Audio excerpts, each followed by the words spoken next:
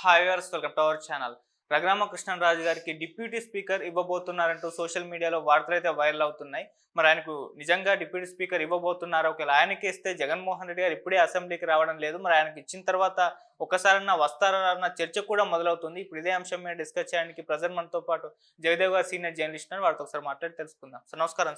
నమస్తే సార్, రఘురామ కృష్ణరాజు గారికి అంటే ఎలక్షన్స్ అయిపోయిన తర్వాత మంత్రిత్వ శాఖ అంటే అనౌన్స్ చేసిన తర్వాత అదే రఘురామకృష్ణరాజు గారు పదవి ఇవ్వాల్సిందే ఏదో ఒకటి అని చెప్పేసి ఒక చర్చ అయితే జరిగింది. ఆయన కూడా దాన్ని వ్యక్తం చేశారు.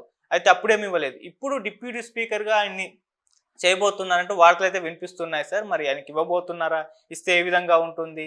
మరి జగన్మోహన్ రెడ్డి గారు ఇప్పుడే చూస్తున్నాం అసెంబ్లీకి అయితే రావడం లేదు. మరి ఆయనకు డిప్యూటీ స్పీకర్ ఇచ్చిన తర్వాత వస్తారు రాదన్నది కూడా ఒక చర్చ చేశారు. మీరేం చెప్తారు సార్ దీని గురించి? పెనం మీద నుంచి పొయ్యిలో పడ్డట్టు అయిందని ఒక సామెత ఉంది.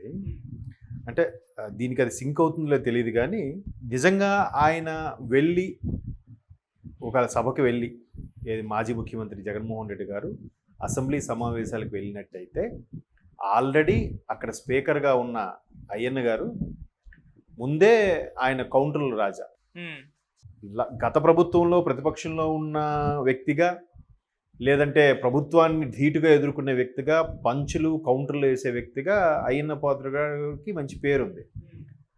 సో జగన్మోహన్ రెడ్డి గారికి బేసిక్గా అయ్యన్న పాత్రుడు గారు నచ్చరు, అయ్యన్న పాత్రుడు గారికి జగన్మోహన్ రెడ్డి గారి నచ్చరు అని కూడా వైరల్ అయింది అప్పట్లో. సో ఇప్పుడు ఆయన స్పీకర్గా ఉన్నందుకే ఈయన వెళ్ళట్లేదని కూడా ఒక టాక్ ఉంది. ఓకే, సరే, ప్రజా సమస్యల కోసం వెళ్తారు. ఇక్కడ బయట ఎన్ని ప్రెస్ మీట్లు పెట్టినా, తాడేపల్లి ప్యాలెస్లో కూర్చొని ఎన్ని మాట్లాడినా ఇంకా జనాలు యాక్సెప్ట్ చేసే పరిస్థితిలో లేరు. ఇప్పటికే రిజెక్ట్ చేశారు కాబట్టి ఆ రిజల్ట్ వచ్చింది.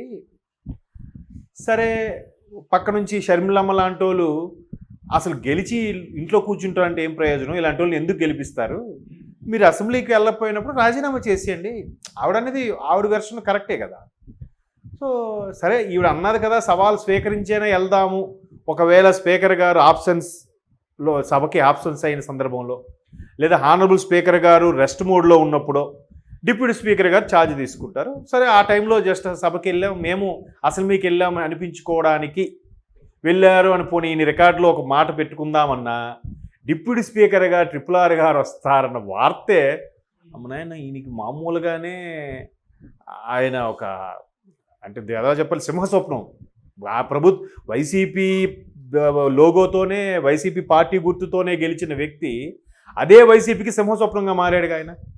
ఆయన పోలీసులు అరెస్ట్ చేసినా, ఎన్ని చేసినా, ఎన్ని ఇబ్బందులు గురి చేసినా, ఆయన అనర్హత వేట్లు వేసినా ఏమి దేనికి భయపడకుండా ధీటుగా నిలబడ్డ వ్యక్తి ఆయన సొంత ఛానల్లో ప్రతిదీ విరుపులు చలోక్తులు, జగన్మోహన్ రెడ్డి గారి మీదే కౌంటర్లు వేసే RRR గారు.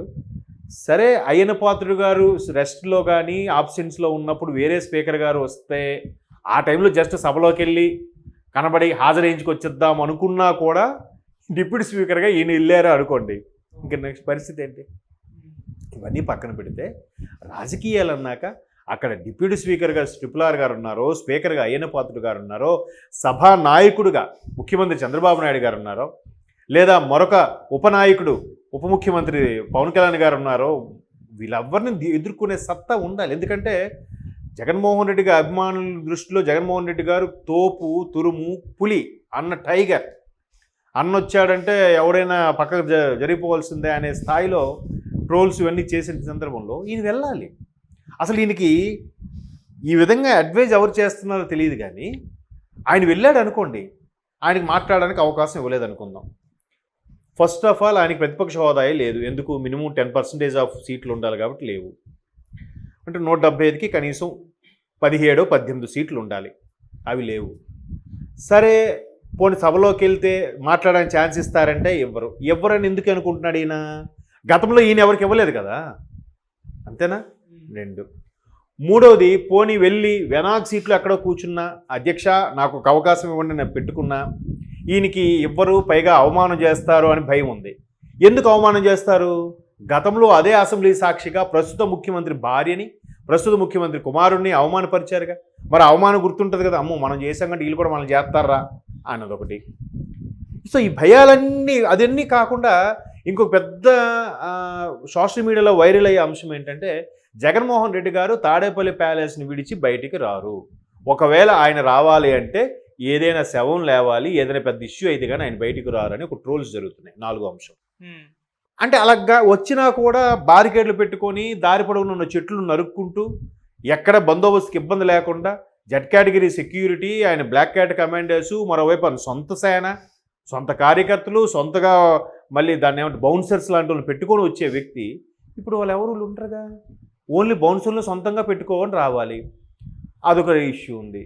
సో ఇన్నింటి మీద ఆయన రాడు కాబట్టే దాన్ని మాకు అవకాశం ఇవ్వరు, మాకు కనీసం ప్రాధాన్యత ఇవ్వరు, నాకు ప్రతిపక్ష హోదా ఇవ్వలేదు అని చెప్తూ స్కిప్ అయిపోతున్నారని నా అభిప్రాయం.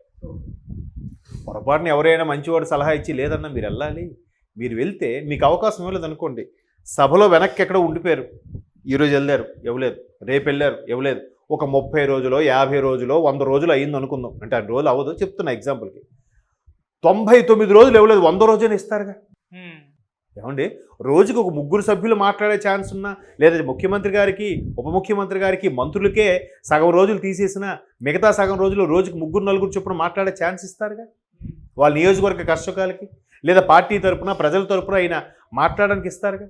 అలాగే వెళ్ళమని చెప్పొచ్చు కదా ఎవడైనా అడ్వైజరు. అంటే అది చెప్పరా, లేకపోతే తిని వినడా? వెళ్తే అన్న నీకు మైక్ ఇవ్వకపోతే మొత్తం కాన్సన్ట్రేషన్ అంతా మీ మీదే ఉంటుంది, జగన్మోహన్ రెడ్డి గారికి మైక్ ఇవ్వట్లేదు అని అప్పుడు అందరూ మీ మీద సానుభూతి పెరుగుతుంది, అరే మిమ్మల్ని తొక్కేస్తున్నారని క్రేజ్ వస్తుందని ఎవరైనా చెప్పొచ్చు కదా. అంతే కదా, అరే ఆయనకు ఒక్కసారి ఇవ్వాలి కదా, సభా మర్యాద కదా, సరే ఇస్తే ఏం పోయింది అని ఫీలింగ్ వస్తుంది కదా. అలా చేసుకోవాలి కానీ నేను వెళ్ళను, నేను బయట నుంచే ఫైట్ చేస్తా, నేను బయట అలా అనుకుంటే పవన్ కళ్యాణ్ గారు 2 చోట్ల ఓడిపోతే మూల కూర్చున్నాడా, నాకెందుకు ఈ రాజకీయాలు చెప్పి సినిమాల వైపు వెళ్ళిపోయాడా, విదేశాలు పారిపోయాడా?